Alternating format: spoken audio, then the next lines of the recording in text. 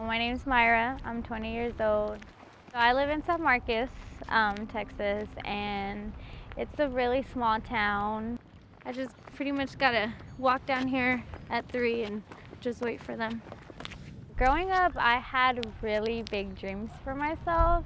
I remember growing up telling my mom, you know, I'm gonna be a doctor. I wanna be a doctor.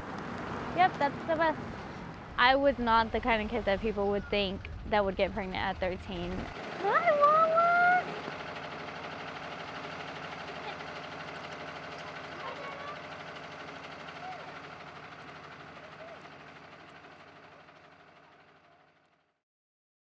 I met Leroy when I was in 7th grade. He was in 8th grade. We never thought we would get pregnant. Like, that wasn't something that crossed our mind. Hey, maybe you can go clean the room. I think that would be a great idea. I had missed my period, I was throwing up, I was always hungry, and I was sleeping all the time. So I kind of knew I was, but I was in denial, and I was just like, you know, I'm gonna take a pregnancy test just to prove myself that I'm not pregnant, because I can't be pregnant, you know? So I went to the store, got 2 pregnancy tests, the most expensive ones at the time. I ended up taking them there, and they both came out positive. I was 14 when she was pregnant, and it's just like 14, and I'm like a kid. I'm a kid myself. Myra was 13, so it was like a ton of weight on my shoulders to be still in high school, just barely being a freshman. I called Leroy, and I told him, you know, me and my mom went to the clinic. We're gonna be parents. I'm 12 weeks pregnant. I didn't believe her at first, but then like she kept on telling me that yeah, I'm gonna have your baby. So I was like, okay, we can get through this. I'm gonna be here for you. He actually told me, I don't think it's my baby, and then just a lot of nonsense that wasn't true. Sometimes he would talk to me, but he would talk to me to just tell me how much he hated me, which, you know, at the moment, me being pregnant, you know, broke my heart, but that's how it was my whole pregnancy. What, baby? I was 13 when I got pregnant with Delia. I had her when I was 14. And then I was 14 when I got pregnant with Isaiah, and I had him when I was 15. So if they would have told me, you know, you can get pregnant at 13 if you have sex, you know, you need to use a condom and stuff like that, I would have definitely listened to them. But look at this movie. I didn't get to hear any of that in high school, middle school. I actually ended up asking my mom after I had my daughter, can I get on birth control? And she told me, you know, no, I don't want to put you on birth control because you're not stupid enough to get pregnant again. And so it was kind of like, well, if my mom won't get me birth control, I can't get it, you know, no questions asked. And I didn't think that so soon after having a baby, I could, you know, have another one. We ended up, you know, having sex again, and without any protection. I ended up getting pregnant with Isaiah 6 weeks after I had Delia. I was like, oh, are you serious? Like, it's crazy because we just had a kid, and then now we're planning on having another one.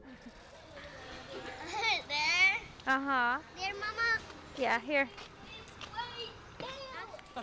I have to be here for both my kids because like I didn't have my mom or dad, so I know how it felt to not have my parents.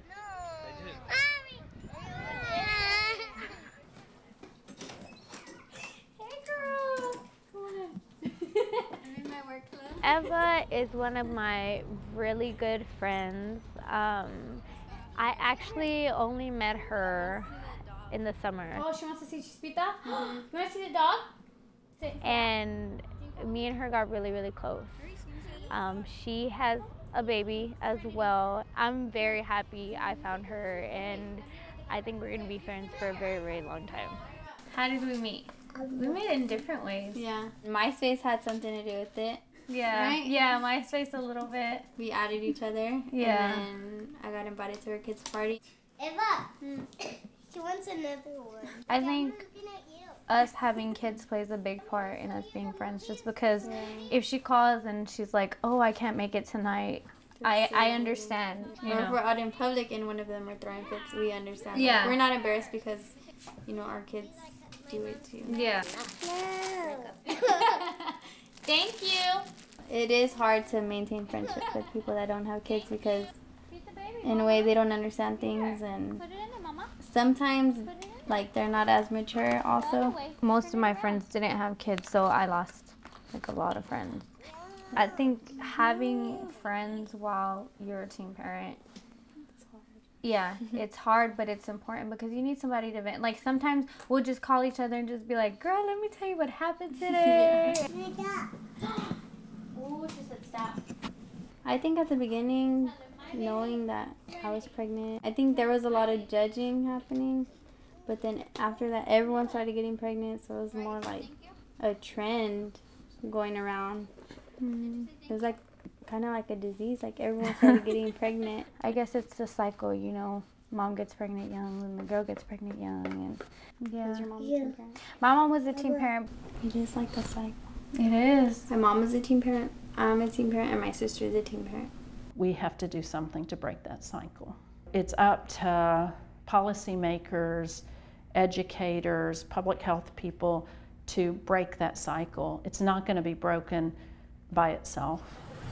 In the United States, we have the highest teen pregnancy rate of all developed countries. Teen pregnancy is much higher than the Netherlands, France, the UK, you name it. The United States is really bad compared to the developed world, and Texas is even worse. What's this photo of? You know. God? Yeah. I'm Catholic. My mom and my dad, like, they teach us, like, not to have an abortion. That wasn't right, you know. There's a baby inside of you, you have to take care of it. I was a young mom. I was 17. And when I went to the hospital, they talked to me about having an abortion. And I said no. Grandma, Yes. what do you like to eat? Like to eat pizza. Mommy, what's your favorite food? I like pizza. Like Grandma? If I can do it all over again, I will have a talk to her about not getting pregnant at a young age. But my parents never talked to me about it, and I thought it was not okay for me to talk about it. But now I know I should have talked about it. For some reason, Hispanic people, we think if we talk about, having sex, we think that they're gonna go and have sex. I think the number one thing that the state officials could do to really help the situation and impact teen pregnancy rates right here is to have a dialogue and to bring it up. We're in session right now, and this should be a topic on the mouths of all of our state representatives. There's a strong old school element that permeates this building and the thinking when it comes to sex. The thought that if you just don't talk about it, it'll go away. But that far right element that simply wants to put the head in the ground, take the ostrich approach, has dominated the thinking in this building for a very long time on this subject. This is the vow I take to bring about my baby. No time to waste. Dreams to chase. Agenda can't be replaced. The abstinence-only agenda has been pushed so hard and so vigorously in Texas, you'd think it started here. Well, I think the abstinence-based sex education is the best method for teaching children for what's best for their lives and for the future of our society. There is a significant debate, and everybody is concerned because of the increase in teen pregnancies. It's a significant problem. And anytime somebody brings up the idea of suggesting that students be taught about alternatives, just giving them all of the tools that are in the toolbox to let them make decisions and know the consequences of the actions. As teens, people come out of the woodwork to fight those issues. You'd act as though we were encouraging them to have sex by simply wanting them to have the knowledge about sexual activity. We've had more and more pregnancies through teaching kids how to have sex and providing better ways through science and pills and all these different scientific methods and education. So we in Texas simply said, no, we want to help have less single parents, less children getting pregnant. And we believe part of that, a big part of that, is again not demonstrating education to help them have it easier, make it less encouraging for them to have premarital sex. Governor, why does Texas continue with abstinence education programs when they don't seem to be working? In fact, I think we have the third highest teen pregnancy rate in the country among all the states. Abstinence works. But we are the third highest teen pregnancy. We have the third highest teen pregnancy rate among all states in the country. The questioner's point is, it doesn't seem to be working. Abstinence education. It works. Maybe it's the way it's being taught or the way that it's being applied out there. But the fact of the matter is, it is the best form of to teach our children. If our leaders are unwilling to talk about it in a responsible way, then they set the standard from the rest of the country or the rest of the state. And really our policymakers are unwilling to show leadership and to do something.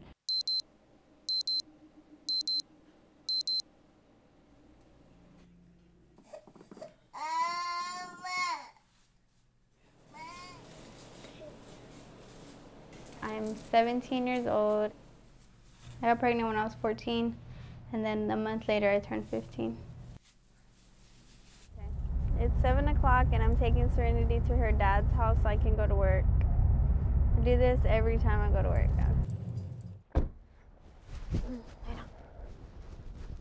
My daughter's dad, TJ. I was 14 when I met TJ and he was 17. I wanted to be with him for a while. Like, I actually thought we would be together. Like, especially knowing that, you know, we have a daughter together, but it didn't work out that way. So he really wasn't there my whole pregnancy. I didn't have that thing, like, someone there to feel the baby move and, like, just to touch it, and I really didn't have that. What girl doesn't want, you know, the father of their child to be there?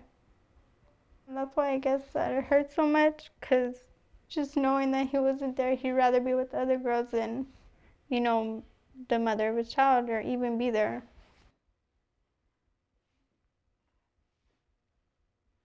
So when did you? When she was 7 months old, that's when I realized, like, I'm who she needs. That's who she's gonna be with. Right now, I work at Whataburger full-time, 40 hours a week, and then I go to school 16 hours a week. Thank you. And I'll take it out. You don't dream about working fast food forever. Like, this is what I want to do. I want to be a manager at Wendy's. And you don't dream about stuff like that. I want to be able to get a good job, decent pay, so I can get a house, get a new car, a better car than what I already have, and just give my daughter everything she needs and wants. Teen parents are less likely to graduate from high school, and even more so less likely to go on to college or graduate from college. They're less likely to earn a sustainable income. So you're going to oftentimes see this perpetuation of poverty from one parent to the next generation and so on. And likely these teen parents came from teen parents themselves, so it's just this cycle that's never ending. And a lot of this is what, you know, our taxpayers are paying for, is this cycle of poverty and this lack of education and this ongoing, you know, path of teen pregnancy. Good morning, baby. You ready to go to school? No. Come on. Wakey, wakey. When I found out I was pregnant, the first time with my daughter, I still had the hope of being able to finish high school and go to college. Okay, I think that's as spiky as we can get it. When I found out I was pregnant with my son, I honestly thought that my life had ended. Okay. Like, I did not think that, you know, a 14-year-old with 2 kids could finish high school, let alone, you know, go to college. Delia, you guys ready? Yes. Because you guys are going to be late for school. Come on. Nursing school is really hard. And then having time to study, I think, is the most stressful. I'm going to school to be a registered nurse, and I actually still have 1 more year left. So I'm almost there to my next big goal. My first goal was to finish high school, and then this next one that's taken me a long time, I'm almost there, so I'm not giving up. It was my dream to become a doctor, and I think I'm still gonna, you know, accomplish my dream. It won't be for a long, long time, but I think I'm still gonna do it. Yeah, I just got off work. Oh, I'm just getting ready for school, waiting for Serenity's food to cook. Yeah, that's why I always leave like 4:45, so we really don't have that much time here. Come here, Serenity. I'm just gonna let her eat. Come here, baby. Open. It's not hot no more. It's not hot. Open. Me and my mom, we butt heads a lot. Like, we can't get along. We can't live in the same house. I live with my baby daddy's sister and her 3 kids. What, babe? Okay. You're done? Yeah, we're really close, even though me and her brother aren't together. She's like my own sister. And she's older. She's 25, so. Okay? You're welcome. We are headed to drop off Serenity at her dad's in Rancho before I head out to school. He was kind of stressing me out because like giving me attitude, and I told him, why are you giving me attitude? I'm trying to act grown because, I mean, there's no time for drama. There's no time to be a kid. No. I've never said, you know, let's be together because of the baby, or let's try because of the baby. No. I mean, if he doesn't want to be with you, then he doesn't want to be with you. It's going to be hard to find someone who's going to like take me and my daughter like as one, because that's what we are. No Kidding, which is the company I work for, is a nonprofit. Their main office is in Austin, Texas. And so what we do is we go into schools or churches. So what we do is we talk to them about being a teen parent. I've been a parent since I've been a teenager, and I pretty much had to give up my youth because of the choices that I made. So No Kidding is funded by the Attorney General of Texas, and unfortunately we don't get to talk about sex. We can't talk about sex, we can't talk about birth control. I've been an adult since I've been a parent, and I've missed out on so many fun things, you know, like, you know, pep rallies, homecoming, prom, and that's what you want to look forward to, is having that freedom and enjoying your youth, you know. And I wish that I could have, you know, had that experience and gone to college and have my own apartment and, you know, go crazy with my friends and be independent. But instead, you know, I had to settle for going to a community college, living with my parents still, and not being able to give my kids what they want. And yes, I wish I could get my youth back. Thank you. Thank you. Any questions, we're always here. So.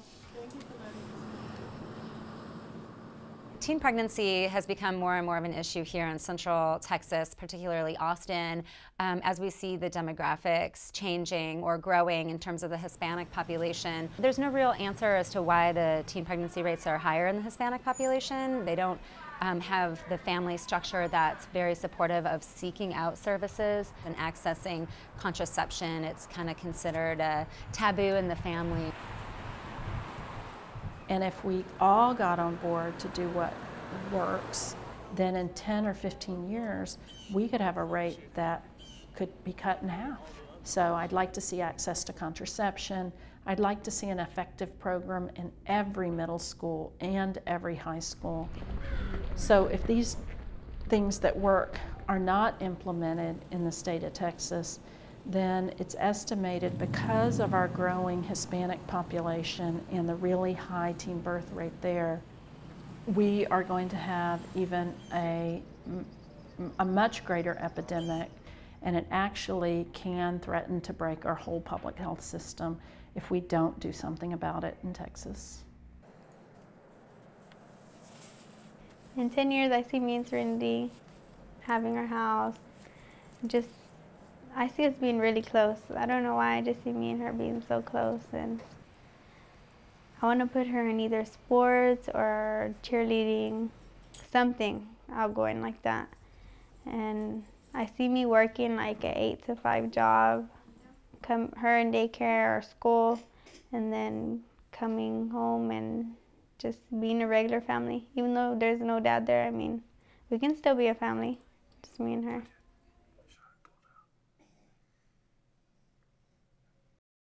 What did you think when you found out I was pregnant? I was scared, confused. Well, you were pretty much the only one there for me. Well, I'm your mom. I'm supposed to be there for you. Yeah, you are. What about the second time, Mom? Oh my God, the second time. Oh. Well, I was mad at you. This time I was really mad at you. I remember I started packing my bags and you came in the room and you told me it's okay, you know, everything's gonna be okay. And then yeah, but I'm happy you were there, because there would have been nobody for me to talk to, you know. I would have been lonely the whole time, and I think I would have really gone crazy. And Mom, Daddy's not putting on TV. No, you need to take a bath. if I wouldn't have been a teen mom, I wouldn't even be in Texas. You know, my goal was to go back to California, go to, you know, a top college there. I know for sure I would be, you know, in California with my own apartment, living my life, being young, you know, doing what young people do, and not thinking about kids at all. Teeth brushing time. Me hungry. That's one thing that I will never be able to do. And I think about it a lot, you know, what would have happened if I wouldn't have gotten pregnant? I honestly don't think I would even know who Leroy is right now. But just thinking about the past kind of, I want to say it upsets me sometimes, because, you know, there could have been so many other things that I could have given myself and my kids as well. Brush teeth. Come on. I heard a lot in the past that, you know, I wasn't a good parent, and it was because I was so young. But like I said, I'm proving all of them wrong. So, and my kids will tell you how much they love me. So that's always a good thing. Kids never lie. They never lie. They can always tell you the truth. So they will tell you how much they love their mama. Going to school is like the only thing, and finishing it is like my biggest goal. So are you doing this for you, for your kids, or? I'm doing it for everybody. For everybody. I'm doing it for me, to show me that, you know, I can do anything that I plan to, and I'm doing it to show the kids when they grow up that, you know, because Mommy had y'all so young, she didn't give up, and she didn't give up because of you guys. And then also for you, you know, I want to show you that I'm not going to give up, and I'm always going to be there to take care of you and Dad. Oh, I know.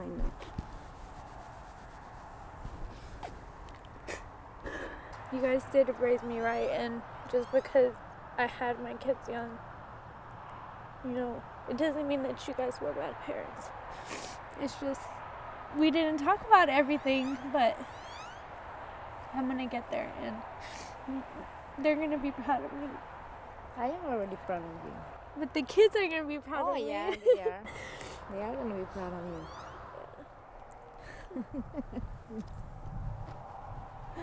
I love you, Mom. I love you too.